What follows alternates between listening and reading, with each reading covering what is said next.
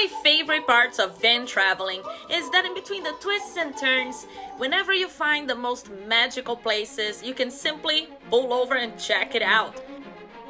I found this perfect spot for snorkeling, but remember I shared with you the fear I have about sharks? I wasn't sure if I was gonna have the courage to snorkel, but at least I stopped by and checked it out. Next, we continued to explore impromptu stops, and we found a magical forest, for real, like straight out of AdVANture movies. We also discovered about the dragon's teeth and found one of those most amazing spots to stop by and enjoy the sunset.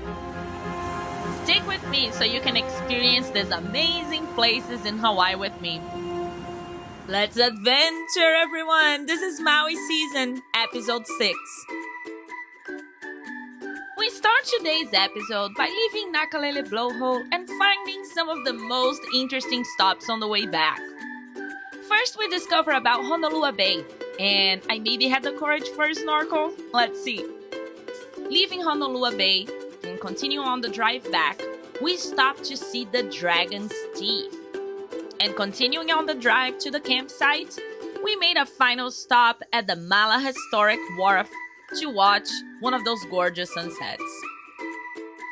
Hi, my name is Selena, but you can call me Celi, and welcome to my channel, Let's Adventure.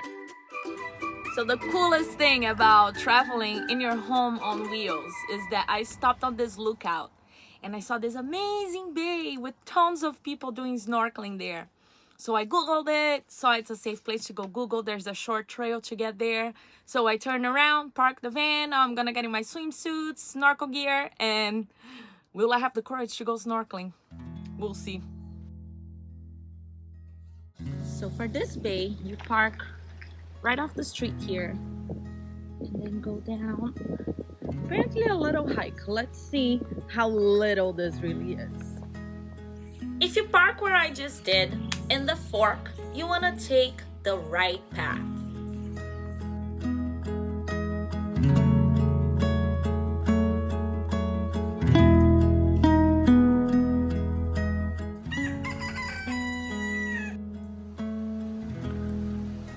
And we found the Enchanted Forest, which is where you come down to go to this beautiful bay where you can go snorkeling.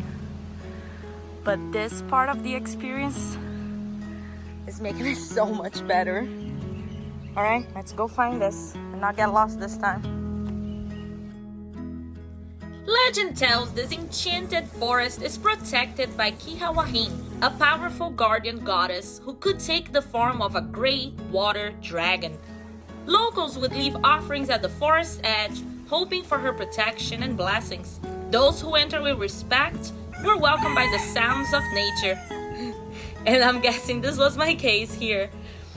However, those who enter with selfish or harmful intent would experience strange occurrences, like emerging twisting paths that seemed to go in circles, leaving them disoriented. Legend has it that the shadow of the dragon would warn these bad intent intruders to leave the sacred forest in peace. As we venture deep into the forest, suddenly we stumble upon a massive and glowing, magical tree, almost like something from an AdVANture movie. Its branches twisted into the skies, reminding us of the magic that still lingers here. It felt as though the spirit of the forest itself was alive, watching us, just like the legend taught us. And I swear, I felt that magical power within me. And after the AdVANture tree, here you are, which is just as beautiful.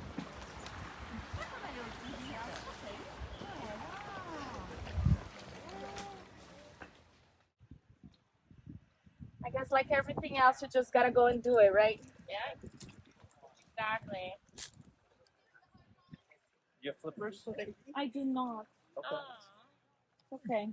I was gonna say we got our snorkel gear at the snorkel store in Kaanapali. Yep. And they are amazing. They give you like the card of all the fish in the area.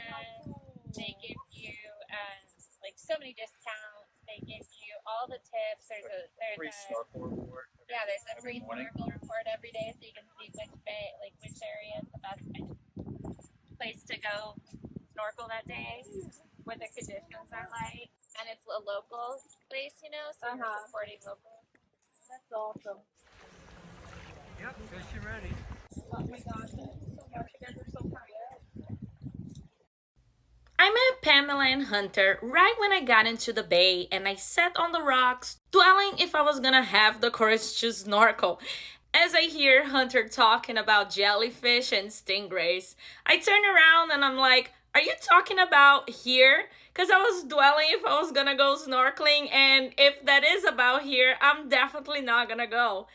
And we started laughing and having conversations about snorkeling, and they were sharing about their experiences and offered to go with me if I had the courage to try.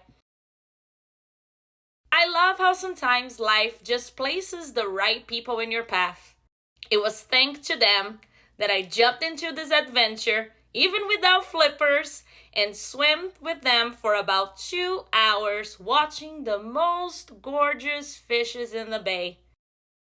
Thank goodness I saw no sharks, and we had an amazing time in the water.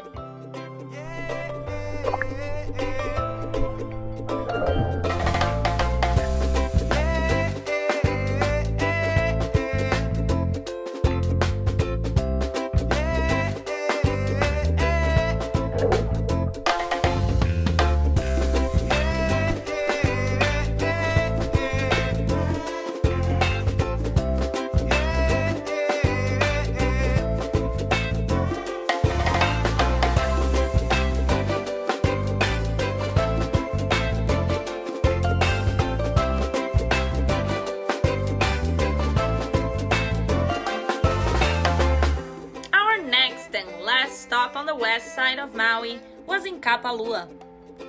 This was also an easy and short trail with just a little rough terrain at the end, but you get right to the dragon's teeth. And of course, I found the legend of the story to go with it. The story is about a fierce battle between the powerful demigod Maui and a mighty dragon that once terrorized the island. The dragon, with its fiery breath and destructive force, threatened people and the land. Maui, known for his strength and cleverness, decided to confront the beast. He lured the dragon to the edge of the island, near what is now Kapalua, in a fierce battle. Maui summoned the ocean's waves to crash against the dragon, causing the earth to shake. As the dragon tried to flee, Maui struck it down, and the dragon's teeth were embedded into the land.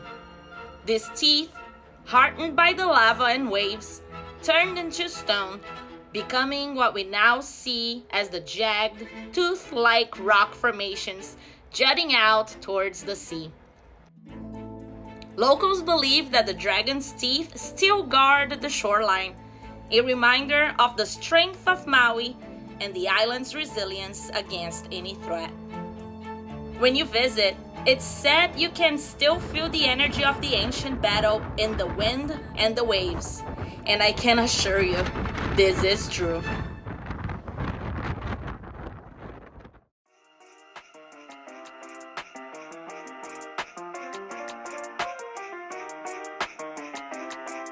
And of course, we couldn't finish this episode without another of these gorgeous Maui sunsets.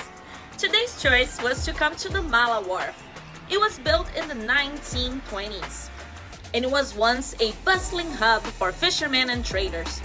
But long before that, the area was a sacred site for native Hawaiians. Over time, the wharf was damaged by storms and tsunamis, and today, its remains are part of an underwater reef. It's a place where Maui's history, culture, and nature all come together, blending the old with the new. That's all for today, everyone. Stay tuned, because next episode, I'm gonna take you all to the Yao Valley. Did I ever make it there? Because there was just too many paths. So this place down here is another maze. Like, every path leads to another 3 options of paths, and then you choose one, and then it leads to another 5. So stay tuned, because only next episode we'll be able to tell.